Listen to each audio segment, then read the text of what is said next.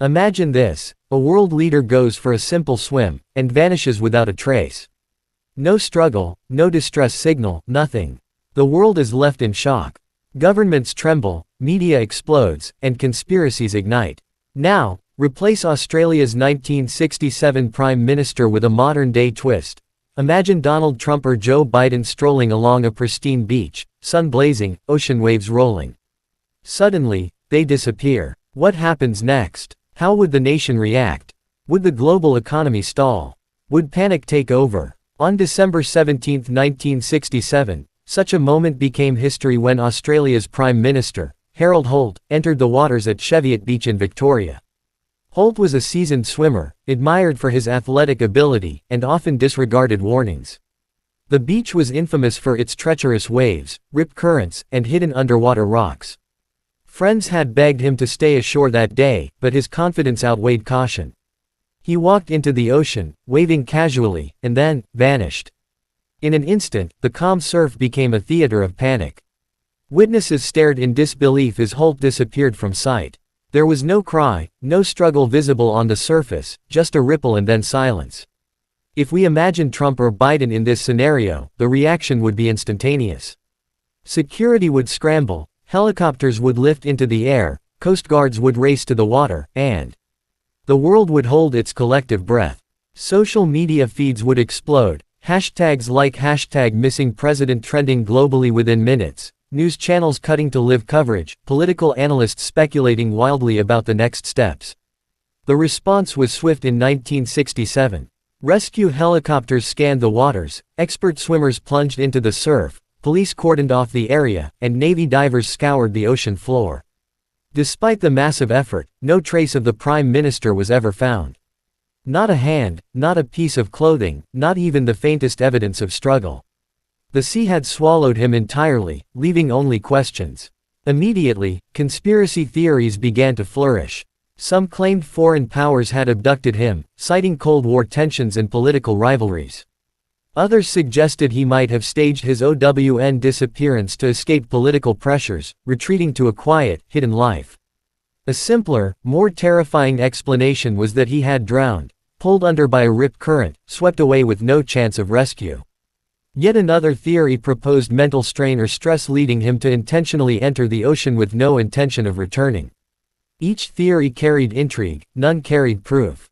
2 days after Holt's disappearance, the Australian government officially declared him presumed dead. His family accepted the explanation of an accident, rejecting conspiracy speculations. Despite the shocking loss of leadership, governance continued. A deputy stepped in, assuming the role of acting prime minister, ensuring continuity of administration. No riots broke out, no stores were looted, and the machinery of the state functioned as it always had. The system proved resilient, showing that institutions can endure even the sudden disappearance of the most powerful individual. If we transpose this to today's political world, the implications are staggering. Imagine Trump vanishing in the Pacific or Biden disappearing while walking along a shoreline. The immediate chaos would be global. Markets would wobble, media outlets would run 24/7 coverage, and world leaders would issue statements of solidarity and concern. Yet, as in Australia's case, governance structures would hold.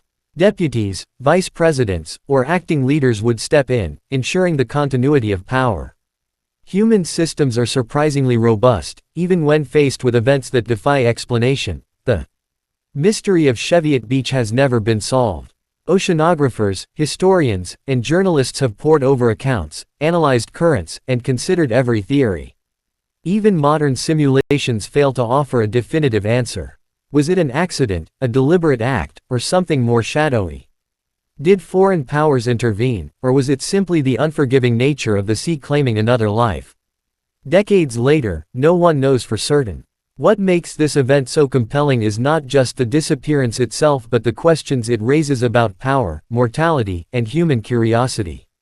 The sea, vast and indifferent, claims its secrets. Leaders, no matter how influential, remain vulnerable. The story resonates because it reminds us that even those who seem invincible are at the mercy of forces far greater than themselves.